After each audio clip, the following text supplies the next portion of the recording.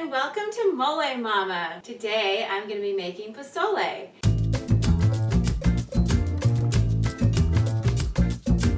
Pozole is a very traditional Mexican holiday dish that is soup, basically different types of pork, and hominy. It sounds very simple, but it's actually quite complex as far as how long it takes to make it, because we're going to end up with this rich, bold, diverse broth that's just amazing. It's one of my very favorite dishes that my mom taught me how to make. I don't actually have this recipe written down. I'm making it all from memory. I also don't know how many servings we're going to have, but it's going to be in this huge pot when it's all done. Usually, if you're going to make this dish, I would recommend inviting over 20 or 30 of your family members or your friends, because it's really something that people enjoy and it's great to have a pozole party with. To make our broth, we're first going to start in a separate pan with patitas. And patitas are pork feet. And we're going to cook those with some garlic and some onions, and we're really going to use the broth. Some people like to eat the actual pork feet, not a lot of my friends, so we'll keep them off separately. Some espinazo, which is spine meat of the pork, or the pig, excuse me, and it's got bones and fat, and again, cooking that down is going to give us a really rich flavor that's going to blend really nicely with the flavor that's going to be coming from our patitas. And lastly, you can use a roast or a pork leg. I'm using loin today, and you just chop that up, and we'll be using that as well for our soup, and that's what people usually enjoy the most. Peel a whole bunch of garlic, mash it up in my magical molcajete so my Grandma Magdalena's flavors can get in there too. Chop up a bunch of onions, boil all this for several hours, and then be back to let you know what our next steps are. We have cooked our patitas. They're all nice and done. I've removed them already from the broth that they were cooking in. We're going to put them away, and later on today when we're serving our pozole, we'll heat them up and let people choose if they want a patita or not. Cooked all of the espinazo and the pork loin, and I have also removed it from its broth, shredded it, and also removed all of the fat. I have combined the broth from the patitas, the broth from all of my other pork meat into this ginormous pot behind me. It is now this rich broth. And the stock of our pozole, which is really going to give this some complex flavors, and it all works together with some garlic and onions and salt and makes a little bit of magic.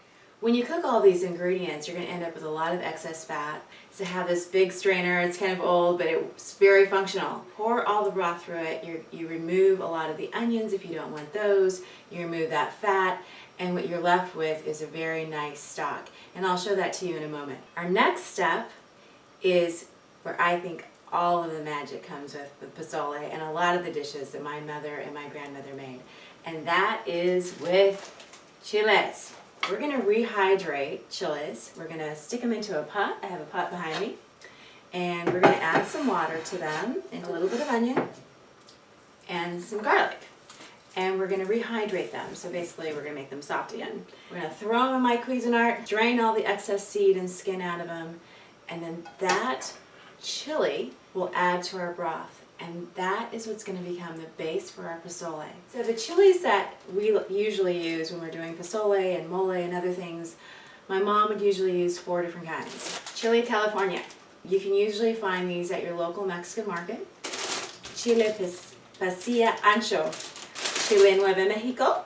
And Chiles Guajillos. I'm going to put all of these into the pot, rehydrate them, and then I'll be back in a moment to show you this rich Chile magic that goes into our pozole. So I took all of our chilies and I put them into my Cuisinart. You can see that they are ground it all up. And I take the entire mixture and kind of making a mess all over my counter, but that's real cooking. It's steaming. You can see that my 4 different types of chiles have all cooked down. And now, because it has seeds in it and the skin, I'm going to put it into a strainer. It's going to take a few minutes to do that. And then once I get down to just the pure essence of that chile meat, or carne de los chiles, or however you want to say it, I'm going to put that into our pozole stock. And it's going to be magical. While we're waiting for that to happen, the other thing that I'm going to get ready is our hominy. Hominy is corn. When I was young, we'd make all this from scratch, from dried corn, and you cook it with lime, and it was amazing. now I just buy it in a can. It's really okay. My mom even approves. She was doing it before she passed away.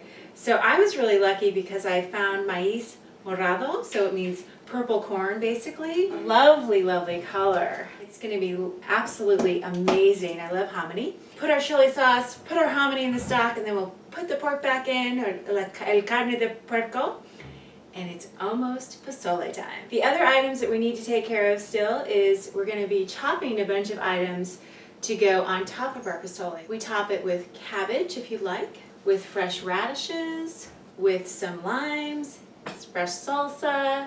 So you really get to personalize your pozole, and some people prefer it with all these things. Some people are purists and they don't want any of that stuff in it. But again, this is a party. It's about having fun, enjoying food, and I'm just letting you see that this stuff is messy. I'm amazed I don't have it on my apron yet, but it's really fun and it's starting to smell really, really good in the air. I'll be back in a minute. Here's our pozole. It's bubbling away. You see the morado hominy coming to the top, the nice rich broth. We're going to be adding our carne de puerco in soon, and we need just a little bit more chili paste to make it a little brighter and richer. We're almost there. We're very close to pozole time. I just put in the paste. You can see it's a mess. My kitchen is a complete mess, and it's all steaming and hot and bubbly. We're gonna chop all of our condiments for the top of our pozole, and we'll be back soon. Okay, here's our pozole, and now I'm gonna garnish it the way I like to. I don't have any fresh onions here. There's probably people going, ay, ¿dónde está la cebolla? But I'm just gonna put a little bit of cabbage, some radishes, a little bit of oregano, and some lime juice. Now, the best part. Yum, yum, yum, yum. Thanks for joining me on our pozole journey for quite a while now. Check me out on Facebook, molemama.com. Bye.